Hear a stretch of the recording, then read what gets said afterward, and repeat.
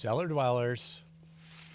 Stu and Paco out here in Kenwood, checking out our Sangiovese at Van Lobo Sel.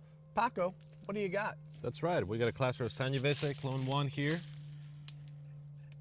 Beautiful shaped cluster. All done with variation for the most part. There's a couple of green berries. All the berries are color now. You can see that Sangiovese in general is not a very, very dark variety. Not as light as Pinot or Grenache, but somewhat translucent still. And yeah, pretty big, tight clusters. This year we're seeing a lot of what we call chicks and hens, right? Big berries, baby berries on the same cluster. But that should not be a problem for quality. It's just something that the climate or the weather in this year has. So what happened? What happened during the flowering phase, which leads to chicks and hens, or kind of slightly different ripening? So usually, when there's any sort of extreme climate during flowering, which is a very 1 week, 10-day period during the spring, that tends to kill some of the flowers or make for smaller berries. So this year what we had was some higher heat than usual in March, right around flowering. It can also be in years when it rains or it hails during that time. But what that heat did is, in general, reduce the amount of clusters and the weight per cluster. So that's why this year we're seeing an earlier ripening as well. There's less fruit in the vines, but the vines still have water and nutrients to go. So with less fruit, a little faster ripening. Now we're farming here the Sangiovese on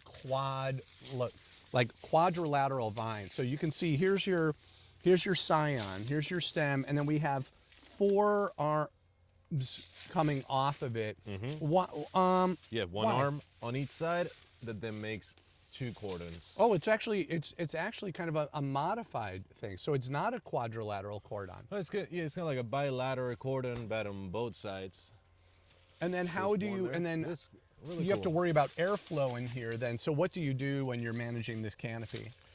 Yeah, so these are a little bigger vines. We're in the bottom of the mountain. You can see the hills right behind us. So there's going to be a lot of water availability here. Soil in the bottom is going to have a fair amount of nutrients. So you need to train bigger vines to be able to balance that vigor or the strength of those plants.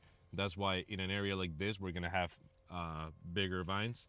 And that makes for a lot of Leafy growth. A lot of leafy growth. So you gotta be careful and manage that well by pulling leaves or leafing for 2 reasons. You don't want the clusters to get too hidden in there and collect moisture and get moldy and go bad. So you want some airflow, but also besides airflow, you want some sunlight. You don't want a lot because that will desiccate the berries, but a little bit is good because the ultraviolet radiation makes for phenolic development and color development and so on.